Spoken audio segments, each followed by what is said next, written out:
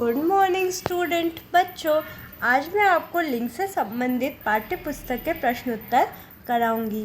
देखो बच्चों, मैं आपको पहले ही ये पाठ पढ़ा चुकी हूँ और मैंने आपको लिंग बताए थे। देखो फिर से समझ लेते हैं कि जो लिंग है वो क्या होते हैं। देखो संज्ञा शब्द के जिस रूप से हमें क्या पता चलता है कि कोई स्त्री है या पुरुष है, उसे हम लिंग कहते हैं। जैसे जब किसी संज्ञा का, आप जानते हैं कि जितनी भी संज्ञा होती है उनका कोई ना कोई नाम होता है, यानी व्यक्ति, वस्तु, स्थान आदि के नाम को ही हम संज्ञा कहते हैं। तो जब हम संज्ञा शब्द का प्रयोग करके हमें ये पता चलता है कि ये जो व्यक्ति है या वस्तु है ये पुरुष है या स्त्री है, तो उसे हम लिंग कहते हैं। ठीक है। देखो हिंदी में जो लिंग है वो दो प्रकार के होते हैं। कौन कौन से? स्त्रीलिंग और पुल्लिंग। स्त्रीलिंग क्या होता है? माता, बहन और चूहिया, ये सब क्या है? स्त्रीलिंग। और इसी तरीके से पुल्लिंग क्या है? जो जिन शब्दों से हमें क्या पता चलता है किसी के पुल्लिंग होने का बोध हो, है ना। जिन शब्दों से हमें पुरुष जाति का बोध होता है उसे हम पुल्लिंग कहते हैं। और स्त्रीलिंग क्या होता है कि जिन शब्दों से हमें स्त्री जाति का बोध हो उसे हम स्त्रीलिंग कहते हैं। देखो पुल्लिंग में क्या है? घोड़ा, कवि, पापा, दादा, चाचा, ये सब क्या है? ये पुल्लिंग के उदाहरण हैं। तो अब हम इससे संबंधित पाठ्य पुस्तक के प्रश्न उत्तर करेंगे।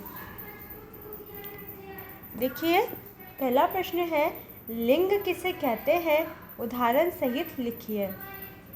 तो देखो संज्ञा शब्द के जिस रूप से उसके पुरुष जाति या स्त्री जाति के होने का बोध होता है उसे हम लिंग कहते हैं। किसे कहते हैं? संज्ञा शब्द के जिस रूप से उसके पुरुष जाति या स्त्री जाति के होने का बोध होता है उसे हम लिंग कहते हैं। उदाहरण देखो इसके, लड़का, लड़की, रीता, रमेश आदि।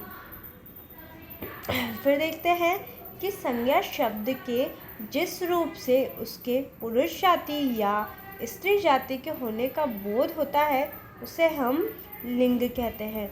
इसके उदाहरण क्या है? लड़का, लड़की, रीता, रमेश आदि।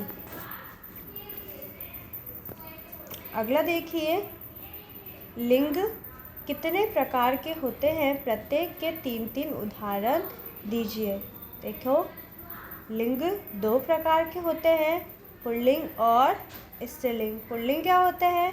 पुल्लिंग जो हमें पुरुष जाति का बोध कराए, और स्त्रीलिंग क्या होते हैं? जो हमें स्त्री जाति का बोध कराए।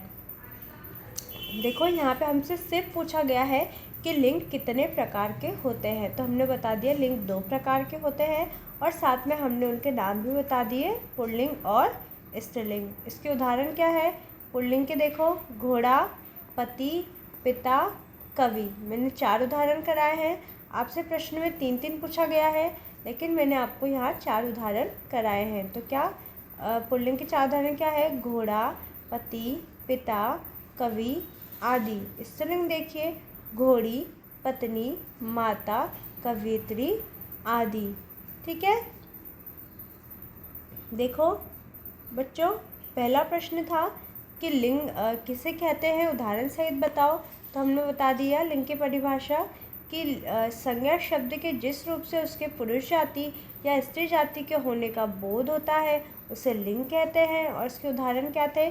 लड़का, लड़की, रीता, रमेश। देखो लड़का तो शब्द हमें पुरुष का बोध कराता है और लड़के जो शब्द है वो हमें स्त्री जाति का बोध कराता है। ठीक है।